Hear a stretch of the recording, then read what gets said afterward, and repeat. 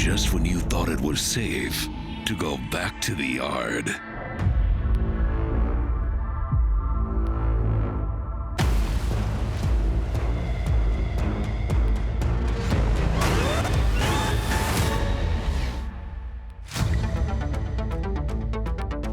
Coming to Grounded Early Access. And yes, we're still in early access. Comes an update that lets you go deeper than ever before. New secrets to discover. New items to craft. New enemies to face. With some old favorites that luckily can't swim. Oh, they can swim. And of course, that big ass fish. Play together and bond to survive the pond.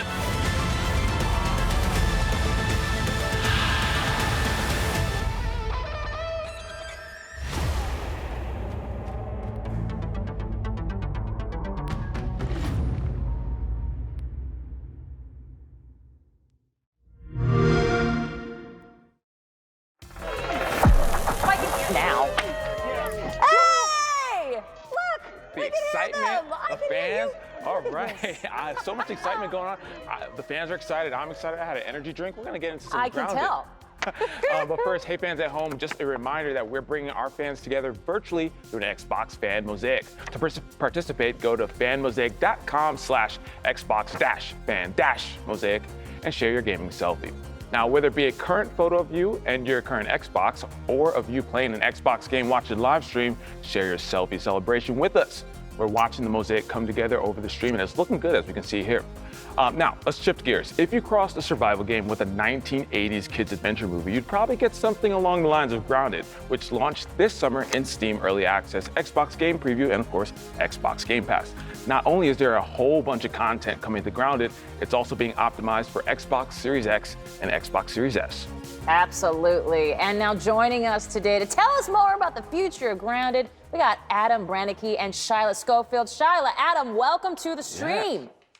Hi, thanks for having us. Super excited. Today is super exciting, and I'm so glad that we're here. Yes, lots of fun. We can't wait.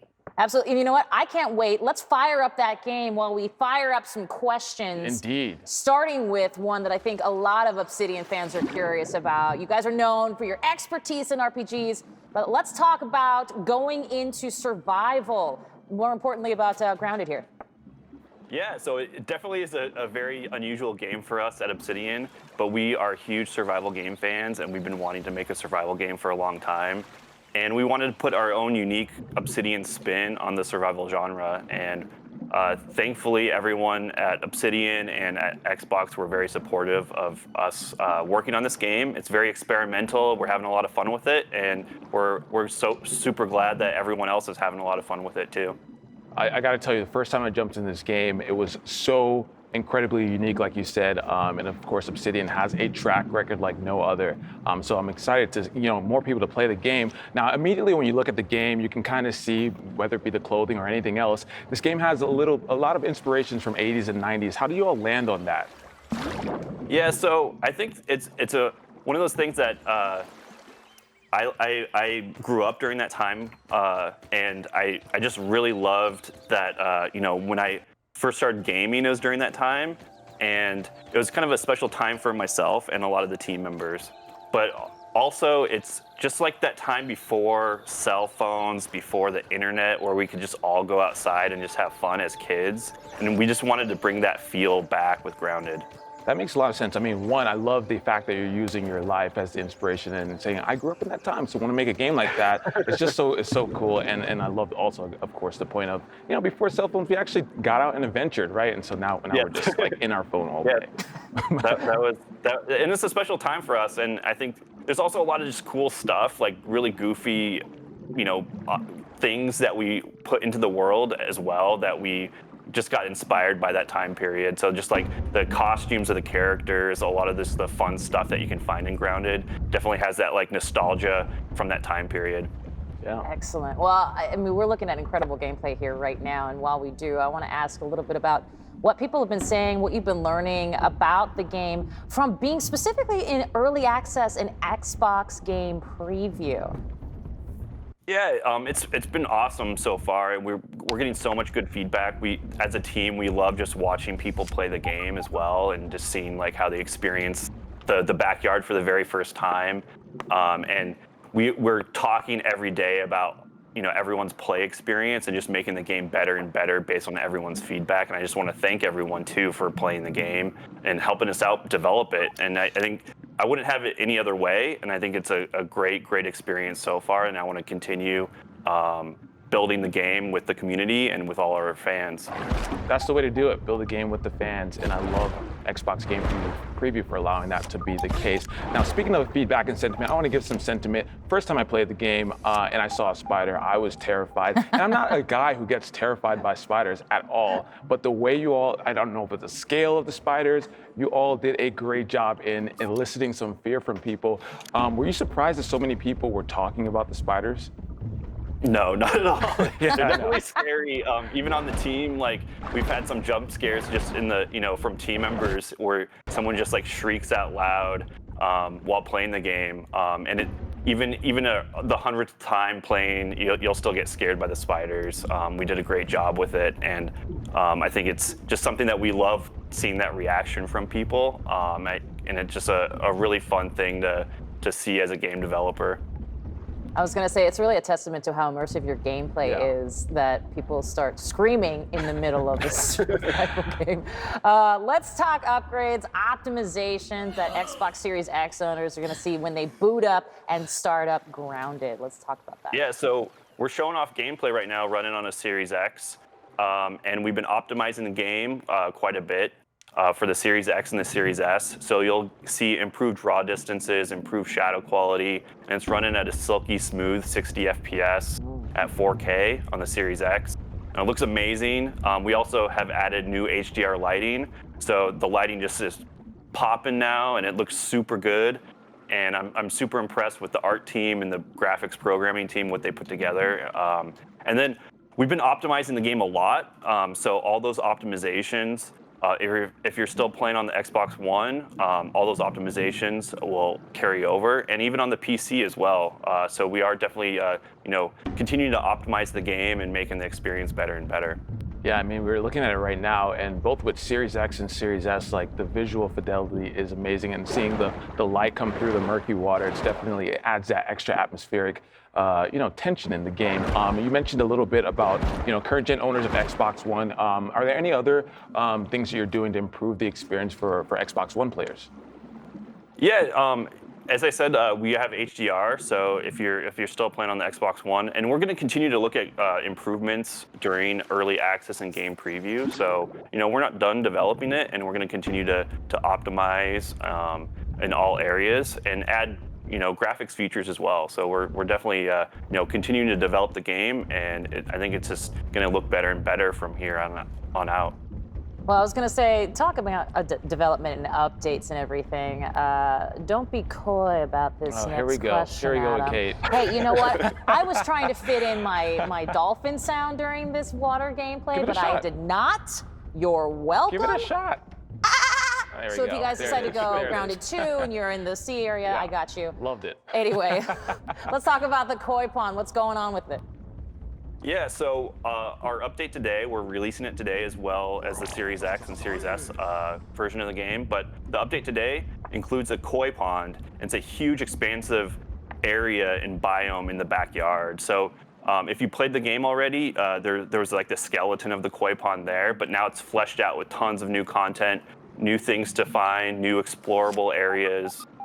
And that also includes more crafting materials, more insects to battle. And it's a huge update that we've been working on, and we're really excited to finally show it off and have people play it. Yeah, I think it really speaks to what you all are doing with Grounded, in the sense that it is a backyard, but there's so many things you could do in a backyard, and some of the expansions in as far as the content and locations to explore. It's really clear through that and other things you all are adding to the game that this is just the beginning. So we're seeing gameplay right now of the underwater gameplay. What are some of the things that you're gonna be able to do under there? Yeah, so as I said, there's all new crafting in the koi pond. So you can craft a bunch of new weapons, a bunch of new items. First of all, you'll need to kind of increase your oxygen meter so you can explore down in the depths. And you can also craft flippers, which will make you swim faster to catch those water boatmen. Those are the creatures that are doing the little stroke right here in front of us. They're really fast and they're hard to catch unless you have flippers. And then there's a big beast of a creature, the koi fish, and the koi fish patrols this area. This is the koi fish's home, and you just really have to watch your back and watch out because the koi fish is big, and it's kind of a big beast that makes the koi pond its home. It's like a koi fish blimp that just constantly circles. It's clear that you all want us to live in fear while we're playing this game. Speaking of fear, okay, let's talk about arachnophobia, because why not? Yeah. Okay, because one of the other things that we do mention, of course, we talked about the spiders, but it's the spiders swimming and attacking underwater that really makes it juicy. I'm just curious if you had any second thoughts about that for some of us who may be a little bit scared of spiders, like Malik mostly Malik. Not Only in the me. game, Kate. Only in the game. I'm just not at all. asking if that was a thing. When we heard about the diving bell spider during our research meetings, we're just like, we need to have this thing in the game. When we, swimming spiders, like who would have thought? But that there's a spider that swims and lives underwater, so why not add it to the game? And it just adds that extra level of like fear while you're swimming around. Not only do you have to deal with the koi fish, but you also have to deal with these diving bell spiders. I was going to say, you're also dealing with darkness now, so just add it to the list, Adam. Thanks. Yeah. What a delight. Thanks a lot, Adam. Really appreciate it. No, this is great. So you mentioned the koi fish and a bunch of the other insects that I'm sure you're going to add later on in the game. What are some of the equipment that players are going to have at their disposal when they're fighting some of these new creatures? Yeah, so there's a new weapon. It's the trident. You can craft out of bone, and you have to find those bones. They're buried like deep under the water at the very bottom. So you have to kind of figure out how to get down there first, and that means you have to craft. We have a breathing apparatus, which is like the gill tube, and the gill tube lets you have extra oxygen because that's one of those things that you're going to have to really pay attention to while you're swimming around is your oxygen level. And you need to upgrade that as much as you can so you can explore like every little nook and cranny of the pond. And we also have new armor set. So if you want to build a cool new set of armor, there's the koi fish scale armor, and it looks really, really cool as well.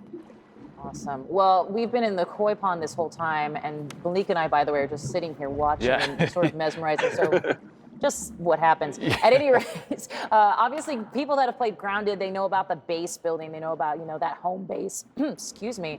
Can you tell us more about the new base building options here in Grounded? Yes. And that's one thing that's super cool is you'll be able to get a floating foundation, and that will allow you to build on surface of the pond and any other water surface in the game. So if you want a big, kind of expansive, wide open area, so you don't have to cut down a bunch of grass to build your base, you can just do it right on the surface of the pond. And to do that, you'll have to find the upgrade to allow you to do that. And the materials are found in the koi pond as well. But that's just a cool new base building option for all those players that love building crazy and big bases. You'll have some new options for you to play around with.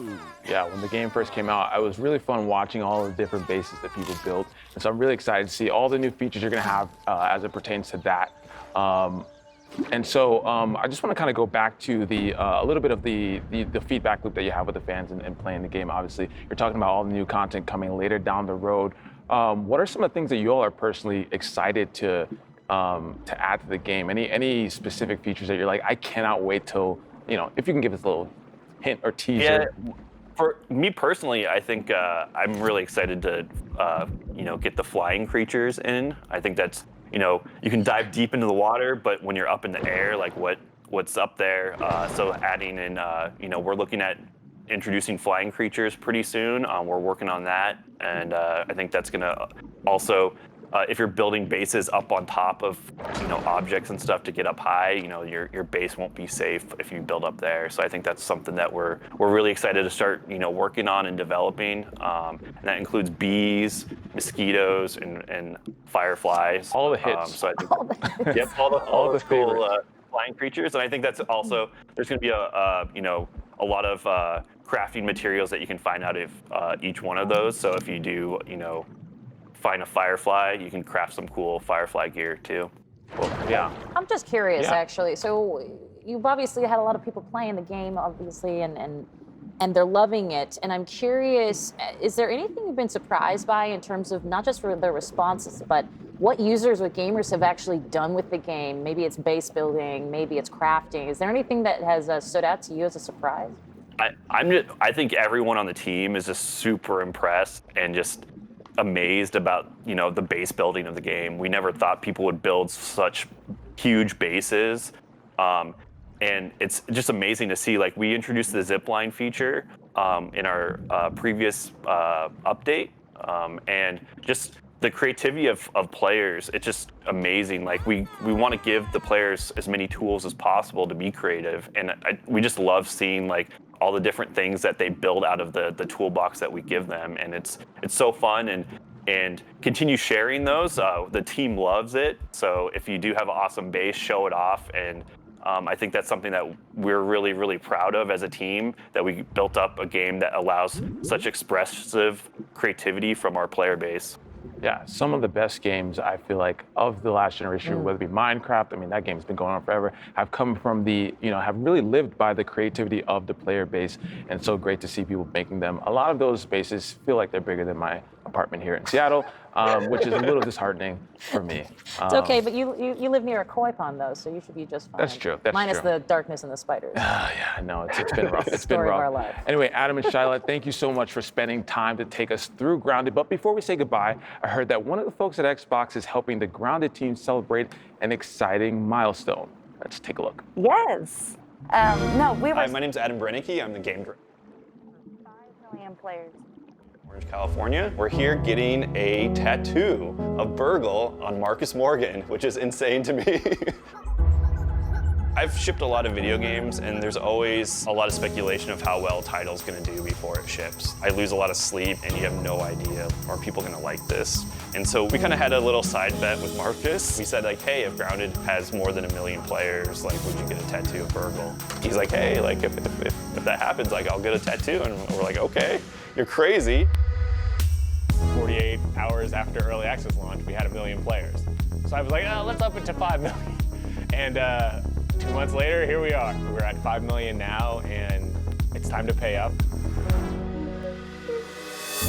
Burgle is the epitome of the spirit of that game. There's a little bit of weirdness to this burger flipping robots. There's a little bit of pizzazz to the fact that he has a rainbow colored mustache that lights up when he speaks. It's a really cool vibe and a good throwback to that late 80s, early 90s period that kind of speaks to just like what Grounded's about, which is this nostalgic kind of freedom. All right, buddy, here we go. Let's do it. We wanted to capture that period of time before the internet and before we had cell phones, where you could just go outside and have fun as a kid. So we just wanted to like pull that art style that we remember as kids into Grounded. We have a very small team, so each artist has a ton of responsibility and a ton of room to add their own unique flair and style to the game. Thankfully, Obsidian and Microsoft pretty much let us do whatever we wanted to do, and we just went wild with it. Well, Adam seemed pretty set on a robot buddy, so Kaz and I spent some time noodling back and forth how to dig up a robot from our ancient memories, and you have what you have today, and what Marcus has today, now, forever. I'm trying to remember, like, why did we go like a rainbow mustache? Was there any thought behind that one? Just to up his friendliness factor. Yeah, that's fair. Tiny details start adding organically, and when you take a step back, suddenly you feel like there's someone in there. It kind of gives it a soul. Yeah, this is when it was still stewing in Mitch's brain. Mitch in particular was more worried about me winning this bet than I was because he didn't want any of his artwork going on someone's body forever. We're so happy that so many people have joined us in the backyard and have been able to experience the love that we put into Grounded. You know, this is just the start, and we were just so overwhelmed with how many people wanted to try it out. From everyone on the team, I think we just want to say thank you for playing, and we hope you never feel safe. Who knows, 5 million more players, might be back for round 2. I'm not gonna make any promises on that one, but shoot, I wouldn't be mad about it.